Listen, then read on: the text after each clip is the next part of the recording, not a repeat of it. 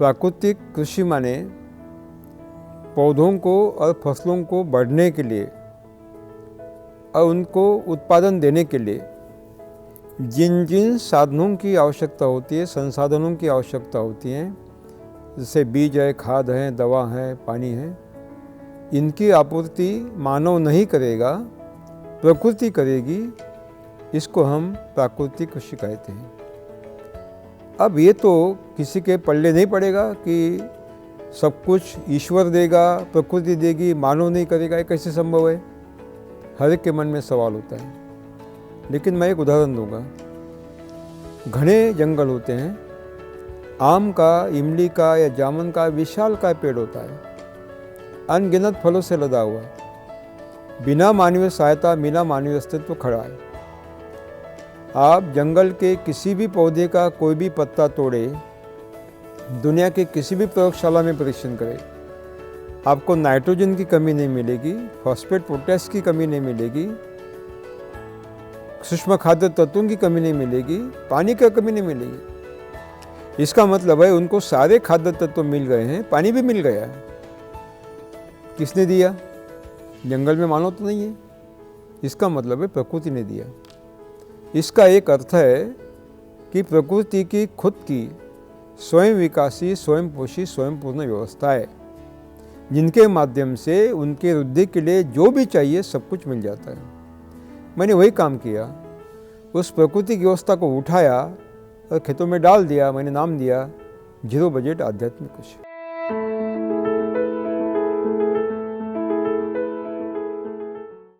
हमारी इस विधि में हम संकर बीज का उपयोग नहीं करते, जेनेटिकली मॉडिफाइड यानी जन्नुक अभियांत्रिकी रूपांतरित बीज का भी उपयोग नहीं करते, जीएम सीड का, केवल देशी बीज का उपयोग करते हैं। तो बीज मन में सवाल आता है कि देशी बीज का उत्पादन ज़्यादा मिलेगा, कम मिलेगा संकर बीजों से? ये मैं स्वीकार करता हूँ कि रासायनिक खेती में संकर बीजों का उत्पादन देशी बीजों से ज़्यादा मिलता है, मैं स्वीकार करता हूँ। लेकिन आश्चर्य की बात यह है कि मेरी जीरो बजट प्राकृतिक कृषि में देशी बीजों का उत्पादन संकर से ज़्यादा मिलता है, बीटी से ज़्यादा मिलता है। हमने सिद्ध कर दिया है। बासमती धान पूरी दुनिया में विख्यात है अपने सुगंध के लिए और उसकी दर्जा के लिए, स्वाद के लिए। आप कितना भी रासायनिक खाद डालें, आपको बासमती का उत्पादन 1 एकड़ में 12 क्विंटल के ऊपर मिलता नहीं। लेकिन आज हमारे मॉडल खड़े हैं पूरे हिंदुस्तान में, आप जाकर देखेंगे चमत्कार कि वही बासमती, देहरादून बासमती, हमारे किसान जीरो बजट प्राकृतिक खेती से 18 से लेकर 24 क्विंटल प्रति एकड़ ऊपर ले रहे हैं। बंसी गेहूँ जो देशी वैरायटी है, कितना भी रासायनिक खाद डाले वो 6 क्विंटल प्रति एकड़ के उपज मिलता नहीं। लेकिन आप चमत्कार देखो कि जीरो बजट खेती में देशी बंसी गेहूँ का उत्पादन हम 18 क्विंटल तक ले गए हैं। इसका मतलब है देशी बीज का ही उपयोग करना है, क्योंकि देशी बीज उपज भी ज़्यादा देता है संकर बीजों से और दाम भी दोगुने मिलते हैं। इसीलिए देशी बीज ही चाहिए, संकर बीज नहीं। दूसरी बात, एक बार बीज लिया कि न जाने कितने सालों तक बीज लेने की आवश्यकता नहीं है, उसी बीज को हम उपयोग में लाते हैं।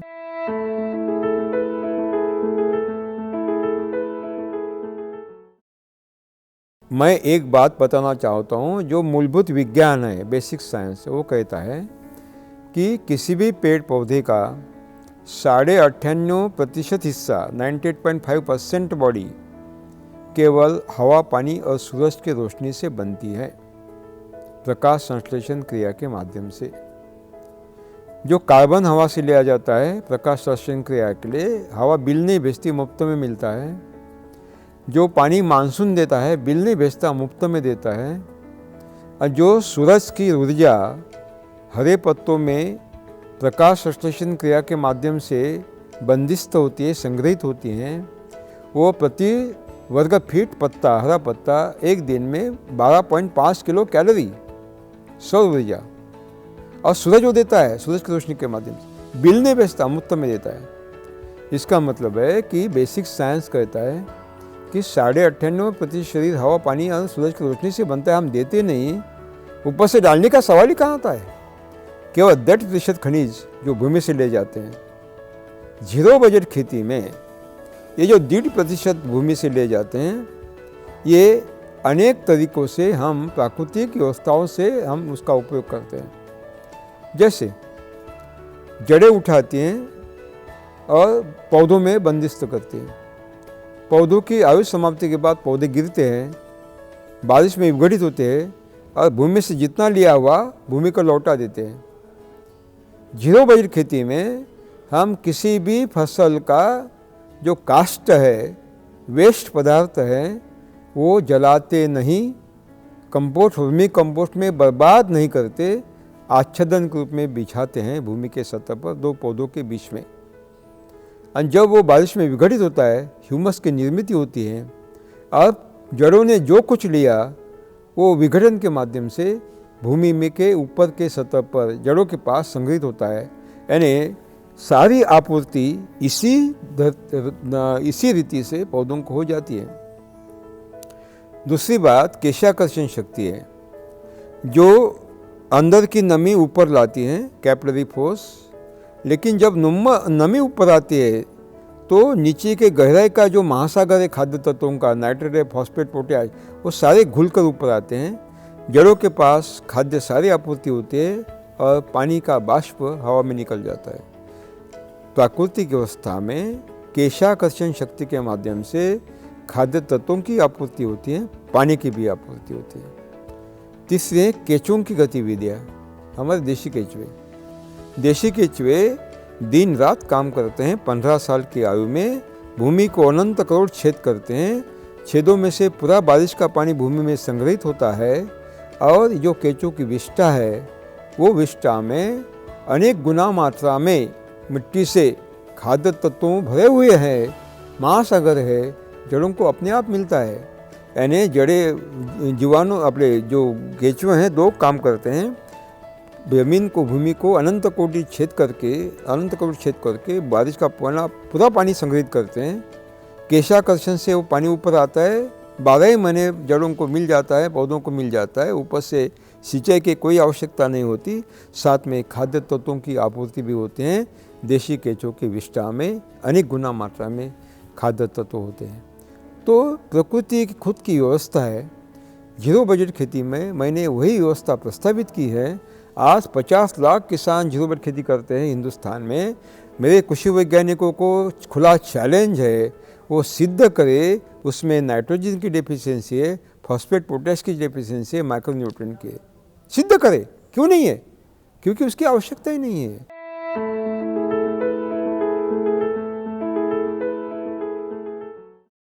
ऑर्गेनिक फार्मिंग और प्राकृतिक कृषि में बहुत अंतराल है, बहुत फर्क है। ऑर्गेनिक फार्मिंग जो जैविक कृषि बोला जाता है, वो हमारी भारतीय पद्धति नहीं है, स्वदेशी पद्धति नहीं, विदेशी टेक्नोलॉजी है।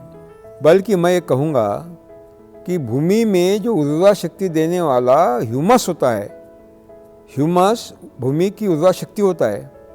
ह्यूमस के निर्मित को रोकने का काम ये ऑर्गेनिक फार्मिंग, जैविक खेती करते हैं। साथियों, मैं आपको बताऊंगा, ये ह्यूमस की निर्मित जड़ों के पास होती है। काष्ठ पदार्थ का यानी फसलों के अवशेष का विघटन करने के बाद विघटन करने वाले अनंत कोटि जीवाणु होते हैं।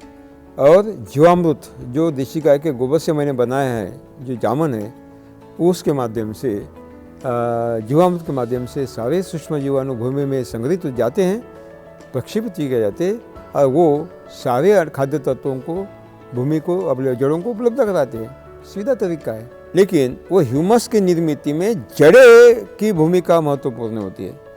ये सूक्ष्म जीवाणु, जब हम जीवामृत डालते हैं, घन जीवामृत डालते हैं, सूक्ष्म जीवाणु भूमि में जाते हैं, लेकिन उनको कार्य करने के लिए ऊर्जा चाहिए। ये ऊर्जा जड़ें उनको शक्कर खिलाती है, चीनी खिलाती है, जिससे उनको ऊर्जा मिलती है। यानी ह्यूमस निर्मित में भूमि को बलवान बनाने में काष्ठ पदार्थ, जीवामृत यानी देशी गाय का गोबर और जड़ें, इन 3 बातों को उपलब्ध होना आवश्यकता है। ये जो कंपोस्ट टेक्नोलॉजी है, कंपोस्ट खाद जड़ों के पास निर्माण होता नहीं, कारखाने में पैदा होता है। यानी ह्यूमस की निर्मित को रोकता है, ह्यूमस की निर्मित को रोकता है। ये वर्मी कंपोस्ट जड़ों के पास निर्माण होता नहीं, भूमि के बाहर उधर कारखाने में निर्माण होता है। ये बायोडायनामिक जड़ों के पास नहीं, कारखाने में पैदा होता है। इसका मतलब है ह्यूमस निर्मित क्रिया को रोकने का काम जैविक खेती करते एक खुला षड्यंत्र है।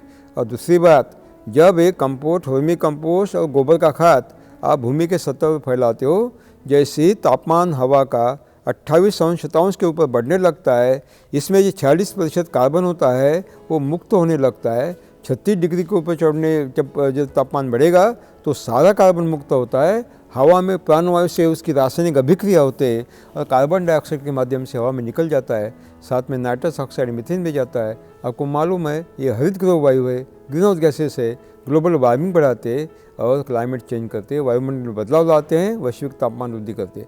बहुत ही खतरनाक जैविक खेती है, बहुत ही खतरनाक।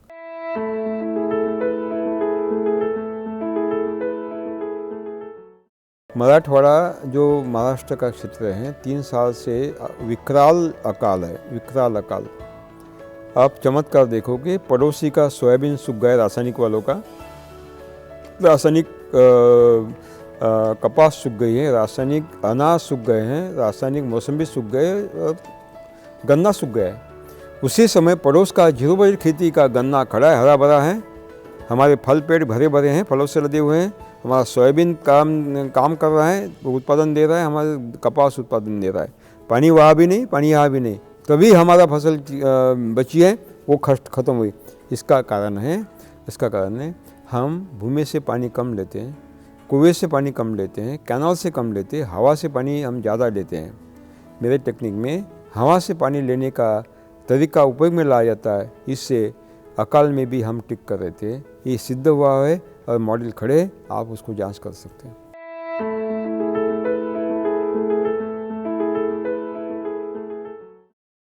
अभी गवर्नमेंट ऑफ इंडिया ने उन्नत भारत एक अभियान चलाया है। हमारे मित्र हैं डॉक्टर विजय भटकर, जो परम संगणक के निर्माता है, और उनके माध्यम से हमने एक प्रोजेक्ट दिया है गवर्नमेंट ऑफ इंडिया को कि 640 ज़िले हैं पूरे देश में, तो एक ज़िले में एक मॉडल खड़ा होना चाहिए। एक ब्लॉक लेना है, एक ब्लॉक में एक देहात लेना है, एक देहात में किसान वही काम करना है, एक एक ब्लॉक में सारा कॉन्सेंट्रेशन वहाँ रहेगा। तो एक ज़िले में एक ब्लॉक अगर डेवलप होता है, एक गांव, तो सिंग इज़ बिलीविंग, पूरे ज़िले में वो संदेश फैल जाएगा। ये हमारा प्लान है, अभी तक नियोजन है, हकीकत में क्या होता है मुझे मालूम नहीं।